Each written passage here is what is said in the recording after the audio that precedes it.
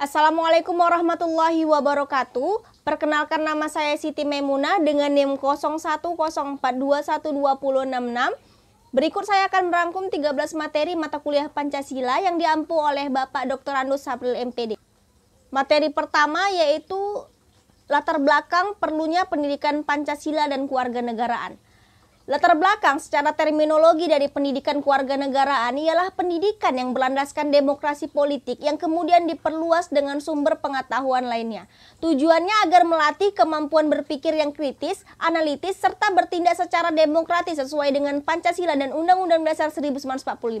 Pendidikan Pancasila dan kewarganegaraan merupakan mata pelajaran interdisipliner ilmu pengetahuan yang mempelajari tentang cakupan dari disiplin ilmu negara, disiplin ilmu hukum, disiplin ilmu pemerintah, dan realita dari gejala-gejala kehidupan sosial masyarakat yang secara kontemporer merupakan bagian cabang ilmu filsafat yang membicarakan tentang pengembangan pendidikan nilai dan pendidikan pembentukan kepribadian warga negara dan bangsa serta negara. Nah, sebagaimana menurut pasal 6 ayat 1 Peraturan Pemerintahan Nomor 19 Tahun 2005 yang menjelaskan bahwa mata pelajaran kewarganegaraan dan kepribadian merupakan mata pelajaran materi pembelajaran yang memuat cakupan dari suatu mata pelajaran di dalam pengembangan pembentukan kepribadian yang secara tujuan dan maksudnya merupakan usaha sadar untuk peningkatan kesadaran dan wawasan peserta didik akan status, hak, dan kewajiban dalam kehidupan bermasyarakat, berbangsa, dan bernegara, serta peningkatan kualitas dirinya sebagai manusia.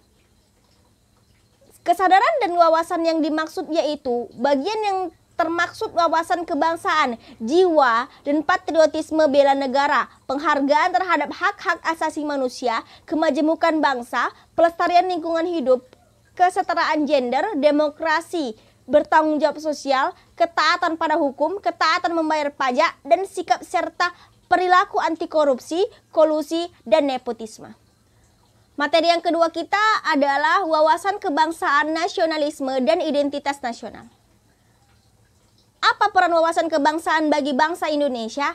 Wawasan kebangsaan dapat memberikan jaminan atas tercapainya kepentingan nasional baik ke dalam maupun keluar. Hal ini berarti bahwa wawasan kebangsaan memberikan gambaran dan arah hidup bangsa sekaligus perkembangan kehidupan bangsa dan negara di masa depan. Apa manfaat tujuan pendidikan wawasan dan kebangsaan? Tujuannya adalah mengoptimalkan pengembangan dan pelaksanaan nilai kebangsaan guna pemberdayaan dan penguatan kesadaran berbangsa dan bernegara berlandaskan nilai Pancasila, Undang-Undang Dasar Republik Indonesia tahun 1945, Bhinneka Tunggal Ika, dan NKRI. Materi yang ketiga adalah negara dan warga negara. Bagaimana hubungan antara negara dengan warga negara? Sebagai anggota dari negara, maka warga negara memiliki hubungan atau ikatan dengan negara. Hubungan antar warga negara dan negara dengan negara yang terwujud dalam identitas, partisipasi, dan aneka bentuk hak dan kewajiban antar keduanya. Warga negara memiliki hak dan kewajiban terhadap negara dan begitu juga dengan sebaliknya. Warga negara ialah anggota suatu negara yang mempunyai kedudukan khusus terhadap negaranya, yang memiliki hubungan hak dan kewajiban sifat timbal balik terhadap negaranya. Warga negara ialah semua orang yang memiliki ikatan hukum dengan suatu negara. Materi kita yang keempat yaitu adalah sistem politik dan pemerintahan di Indonesia. Nah, apa yang dimaksud dengan sistem politik di Indonesia? Politik Indonesia merupakan pembentuk dan pembagian kekuasaan di Indonesia, sebuah negara hukum yang berbentuk kesatuan dan pemerintah berbentuk republik, dan sistem pemerintahannya yaitu presidensial dengan sifat parlementer. Pemilihan umum di Indonesia menganut sistem multipartai. Bagaimana sistem pemerintahan dan politik di Indonesia? Nah, sistem pemerintahan dan politik di Indonesia itu ada tiga. Yang pertama itu republika, negara kesatuan, dan sistem presidensial. Kemudian materi yang kelima yaitu adalah HAM dan implementasinya di Indonesia. Indonesia dengan ideologi Pancasila yang dianutnya diharapkan dapat mengimplementasikan hak asasi manusia dengan baik sesuai dengan sifat-sifat dasar dari ideologi tersebut. Menurut ideologi Pancasila, hak asasi setiap rakyat Indonesia pada dasarnya diimplementasikan secara bebas, akan tetapi kebebasan tersebut dibatasi dengan hak asasi orang lain. Sehingga walaupun terdapatnya kebebasan, namun kebebasan tersebut harus bertanggung jawab dengan memperhatikan dan tidak mengganggu hak asasi orang lain. Namun dalam realitanya sekarang, hal tersebut belum sepenuhnya dapat diterapkan oleh rakyat Indonesia. Materi yang keenam yaitu adalah hak dan kewajiban warga negara. Apa yang dimaksud dengan kewajiban? Setiap individu terlahir dengan hak dan kewajiban yang berbeda. Hal yang membedakan keduanya ialah hak mengacu pada sesuatu yang diperoleh, sedangkan kewajiban merupakan sesuatu yang dilakukan. Contoh hak warga negara Indonesia adalah setiap warga negara berhak memeluk dan menjalankan agama yang mereka percayai. Setiap warga negara berhak untuk menyuarakan pendapat mereka secara lisan dan tulisan sesuai dengan undang-undang yang berlaku. Setiap warga negara berhak untuk menerima pendidikan dan pengajaran. Materi yang ketujuh yaitu demokrasi. Demokrasi adalah sistem pemerintahan yang diselenggarakan dari rakyat, oleh rakyat, dan untuk rakyat.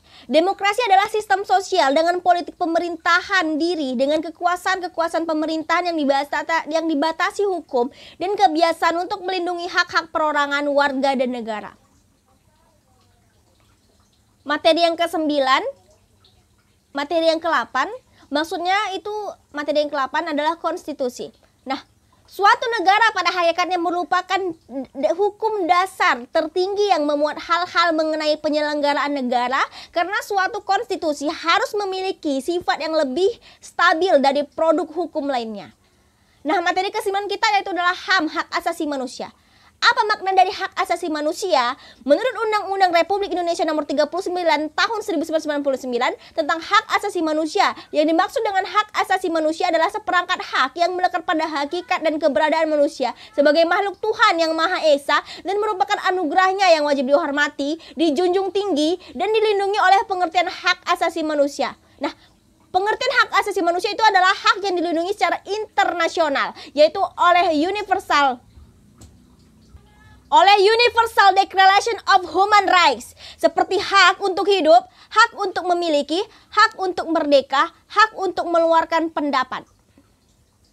Materi yang ke-10 yaitu otonomi daerah dalam kerangka NKRI atau Negara Kesatuan Republik Indonesia.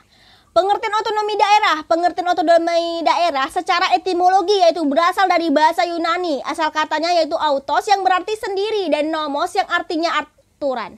Pengertian otonomi daerah dalam Undang-Undang Nomor 23 Pasal 1 Ayat 6 Tahun 2014 yaitu hak, wewenang, dan kewajiban daerah otonom untuk mengatur, mengurus sendiri urusan pemerintah dan kepentingan masyarakat setempat sesuai dengan peraturan perundang-undangan. Materi yang ke-11 yaitu tata kelola pemerintahan yang baik dan bersih. Tata kelola pemerintahan yang baik dan bersih merupakan suatu penyelenggaraan manajemen pembangunan yang solid dan bertanggung jawab yang sejalan dengan prinsip demokrasi dengan pasal yang efisien, penghindaran salah alokasi dana investasi, dan pencegahan korupsi baik secara politik maupun administratif. Nah, materi yang ke-12 itu adalah pendidikan anti korupsi. Pendidikan anti korupsi ini adalah program pendidikan tentang korupsi yang bertujuan untuk membangun dan meningkatkan kepedulian warga negara terhadap bahaya dan akibat dari tindakan korupsi. Pendidikan anti korupsi dinilai menjadi salah satu strategi pemberantas korupsi karena dapat menciptakan ekosistem budaya anti korupsi dalam membangun karakter generasi muda.